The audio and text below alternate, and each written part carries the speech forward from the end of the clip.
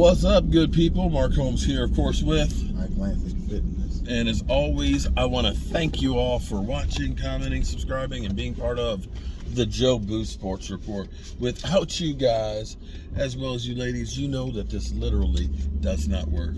I'm tired. I'm real tired. Long day, but it's done. Tune in 2 hours and 45 minutes from now. We'll be doing our live stream from the Hotel Motel Holiday Inn, and we'll see how well that works tonight.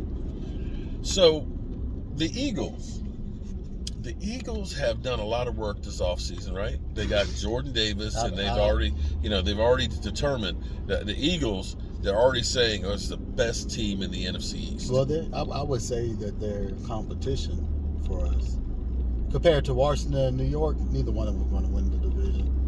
Well, we'll have to wait and see, but they definitely say the Eagles are numero uno. Yeah, because they got Jordan Davis, which they gave too much for. They got 5 picks. Well, they also got a wide receiver out of the deal.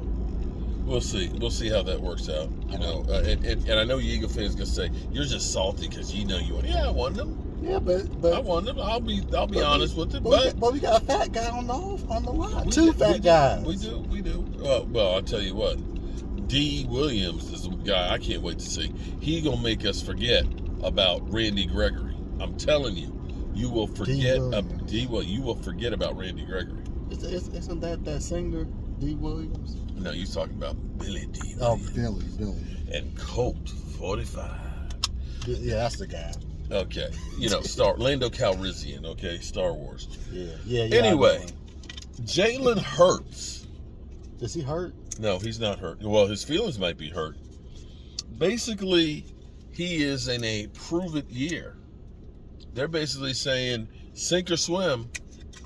This is your last chance, last opportunity. What? It went down.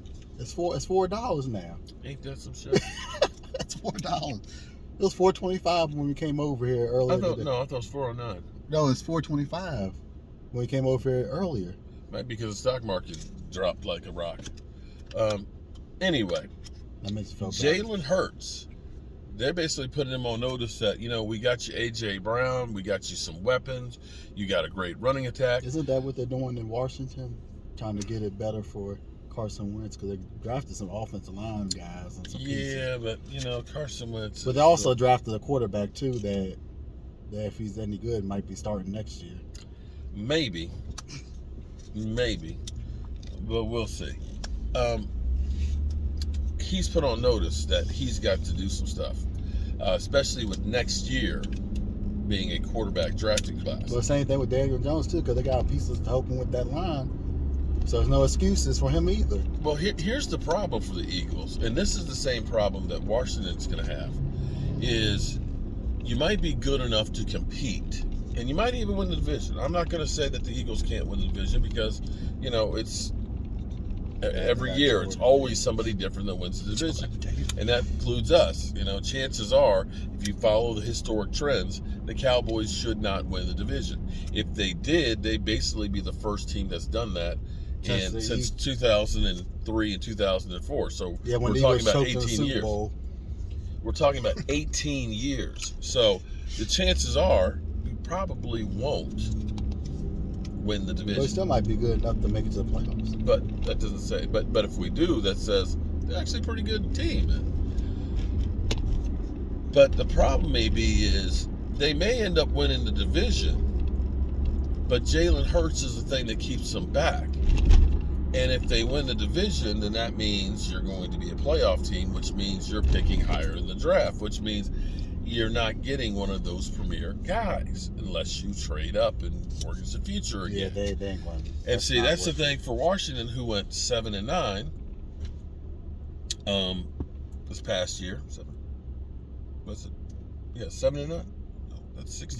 They almost were good enough to make it to the playoffs. That's 16 games. What was their record? 7-10. They weren't good enough to make it to the playoffs. They were 7-9 the year before, so 7-10 this year. With Carson Wentz, I'm going to say that he is better than Tyler Heineke. I have to say that. he'll get some good games, and then he'll have some like oh no games, like Carson Wentz. What are you doing? He'll go through a bad slump. He'll have a bunch of turnovers and things, but he will make them a better team. Better team good enough to make the playoffs? I don't know. Better team that'll win the division? I don't think so. But again, the same problem. You win enough that you're competitive, but you win too much and you're outside of that window for getting a quarterback. But they did draft a quarterback in the 5th round. You're not expecting a 5th-round quarterback to be your starter. Yeah, but I mean, we got lucky with Dak Prescott, but that's few and far between. I'm not saying the guy's good, but they probably got the 3rd best quarterback in the draft. Only 3 quarterbacks went. Yeah, I wonder if Carson Wentz feels any pressure on that one. Because, see, here's where it's interesting here, because you got Ryan Tannehill.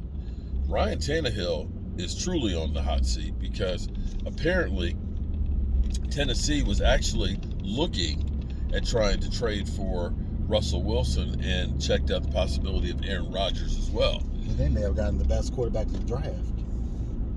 Maybe. Well, and that's the thing, because now you got Ryan Tannehill basically saying, I'm not mentoring him. Well, if he happens to learn something from me, so be it, but it's not my job to mentor him. He should have never said that, though, even as to the way that how he's going to play it out. I would have just said nothing about that. I mean, you look at, I tell you what, if you look at the development of Dak, a lot of people will give all the credit to, give all the credit to Tony Romo. They said, Dak learned from Tony Romo. No, he learned but I'm not sure he learned from Tony Romo. It was more Mark Sanchez. Yeah, Mark Sanchez was actually the guy who mentored him. Yeah. And I think about Kurt Warner. Because, see, here's the thing. Oh, yeah, because he was in New York, wasn't he? He was in New York, and they drafted Eli Manning. And basically, he ended up mentoring him, because they're like, you're a veteran quarterback, you're done and all that. So how about you go ahead and take care of, teaching Eli? And he did. He worked with Eli, got Eli going and everything. Went to Arizona and went to another Super Bowl. So and almost won it too. You looked at him; he's a Hall of Famer. He mentored Eli Manning. He understood his role and so forth. And Ryan Tannehill, sorry, you had a couple of decent seasons, but nobody looks at you and says, "Oh, there you go." I mean, you're kind of like Joe Flacco without the ring. I mean, he had Derrick Henry benefited when it was healthy. Exactly. You benefited from having Derrick Henry and a great defense. Actually, they had a good running game without Derrick Henry, so it was a running game. Right. So, I mean, let's be honest here. You're kind of a bus driver. And unfortunately, you ran the bus into a ditch in the playoffs the first game. So, Hurts. We'll see what happens. Philly, 500. What you think? Should you sign Nick Foles? Nick Foles is out there. Maybe you ought to spin the tires on him. And have him come back for a 3rd time? Why not? Hey, 3rd time's a charm. And I think he was drafted. You know what? The 2nd time he got you a Super Bowl, something that nobody ever did before. So, seems like he should have some, a little pull. I mean, they still have a statue of the man, don't they? Yeah, you can't take that away from him. He can come in there and say, you see this? I got this ring. That's something that Carson Wentz doesn't have. Where's his statue? With this team. Where's his statue? All right, good people. I will see you in about 2.5 hours. And it's kind of quiet in Dallas, other than Jerry Jones having his car wrecked. Well, I thought rookie minicamp started next week. That's next week, but it's quiet today. Yeah, it's quiet yesterday, except for the car crash. Well, they want to keep it that way. Yeah, I guess so. All right, good people. I'll catch you later.